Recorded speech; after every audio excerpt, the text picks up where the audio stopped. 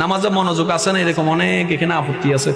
ভাইয়া নামাজ পড়তে যাই ঠিকই, কিন্তু মনোযোগ আসে না, মন দিতে পারি না। ভাইয়া একটু প্লিজ এটা জানার দরকার আছে। আচ্ছা, নামাজ যেমন কাজ, গেম খেলাও তো কাজ। আচ্ছা, যে গেম যখন খেলেন তখন মা ডাকলে শুনেন?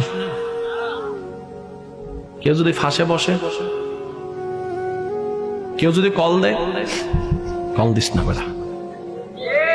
আচ্ছা, গেমের জন্য যদি আপনি এমন হন, নামাজের জন্য হচ্ছেন না কেন?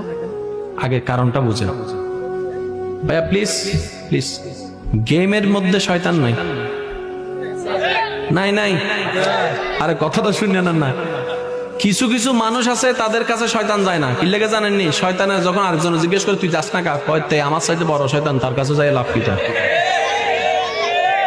শয়তান ধরে কারে? যার কাছে ঈমান আছে। এই কথা মনে রাখবেন।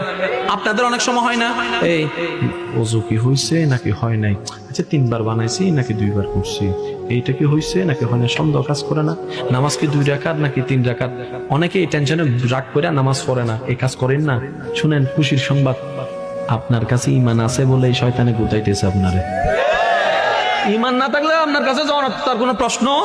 তো কখনো যদি দেখেন আপনার ইবাদত নিয়ে জামিলা হচ্ছে, আপনি শুধু বলবেন আলহামদুলিল্লাহ, যাক এখনো পর্যন্ত আমি গুনার কাছে ঈমানটা। আর ঈমানের চাইতে দামি কোনো সম্পদ, জোরে বলেন ঈমানের চাইতে দামি কোনো সম্পদ। এবারে নামাজের সময় যদি মনোযোগ না আসে তখন কি করবেন শুনেন। আল্লাহু আকবার। আপনি এখন ঢুকে গেছেন রবের দরবারে। শেষ ভালো যার সব ভালো, তার আওয়াজটা একটু জোরে জোরে দেন না। এবার আপনি যখন বলছেন আলহামদুলিল্লাহি রাব্বিল আলামিন,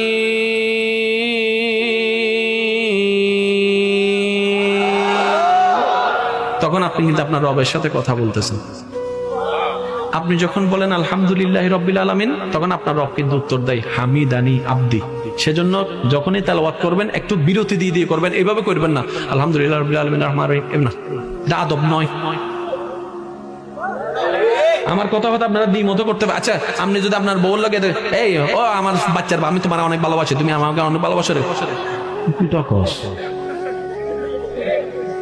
প্রেম হইব, দিল লাগবো, কানেকশন হইব।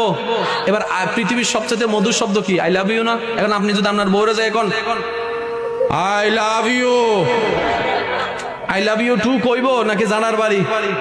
কথা কয় না রে ভাই। কথা যেমন এক্সপ্রেশনও তেমন থাকতে হবে, কথা যেমন সুরও তেমন থাকতে হবে। এটা এখন কোরআনের মধ্যে ফিট করেন না। আলহামদুলিল্লাহি রাব্বিল আলামিন,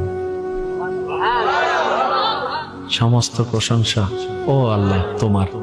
এবার আল্লাহকে একটু বলতে দেন না, এই ফেরেশতা দেখ আমার বান্দা হামিদানি আব্দি, কত সুন্দর করে আমার প্রশংসা করতেছে। এবার আপনি বলবেন আর রহমানির রহিম, আপনার আওয়াজটা ওখানে শুনছে, আপনার পাশের জন শুনতেছে না কিন্তু উনি শুনতেছে। এই ফেরেশতা দেখ আমার বান্দা আমার রুবুবিয়তের প্রশংসা করতেছে। এবার আপনি বলবেন মালিকি ইয়াউমিদ্দিন, মালিকি ইয়াউমিদ্দিন, আমার ক্ষমতার প্রশংসা করতেছে আমার। এবার আপনার রব আপনাকে কয়টা প্রশংসা করছে? জোরে বলেন না। এবার রব্বে করিম বলছে ফেরেশতা দেখ আমার বান্দা কি করে, ইয়াকা না'বুদু ওয়া ইয়াকা নাস্তাইন। রব বলে যে ফেরেশতা এটা তোরা শোনার দরকার নাই, এটা আমার এবং আমার বান্দার মাঝখানে থাক, এটা হাসরের ময়দান আমি দান করব। সুবহানাল্লাহ। এইবার রব আপনাকে জিজ্ঞেস করবে কি তারে আমার প্রশংসা করতেছস, কিছু লাগবো নি, কিছু লাগবো নি, তখন আপনি বলবেন ইহদিনাস সিরাতাল মুস্তাকিম, মওলা সঠিক পথটা দাও না। মেহমান একটার ঘরে যাইয়া যদি কোন এই ডাইরেক্ট বাদ দে, কথা নাই বার্তা নাই কিছু নাই, প্রত্যেকটা জিনিসের একটা সিস্টেম।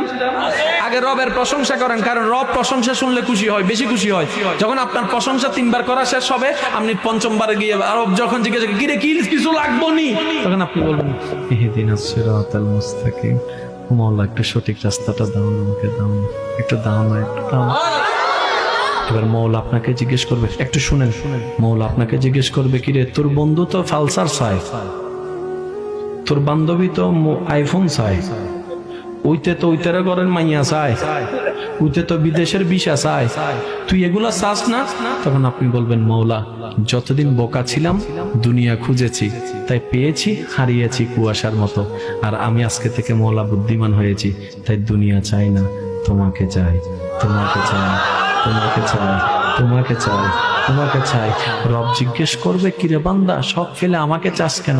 আপনি বলবেন, মৌলা ওইটা পাইলে ওইটা পাবো না, ওইটা পাইলে ওইটা পাবো না, আর আমি বুঝতে পেরেছি তোমাকে একবার পেয়ে গেলে সবকিছু আমার বাবা হয়ে যাবে। সুবহানাল্লাহ। যে জান্নাত সবাই খুঁজছে, ওই জান্নাত আমি খুঁজি না, ওই জান্নাত আমার দরকার নাই। রব জিজ্ঞেস করবে, কেন তুই চাস না, জান্নাত খোঁজাস না? আপনি বলবেন, মৌলা তুমি যার হয়ে যাও, জান্নাত তার পিছনে পিছনে হাঁটতে থাকবে। সুবহানাল্লাহ।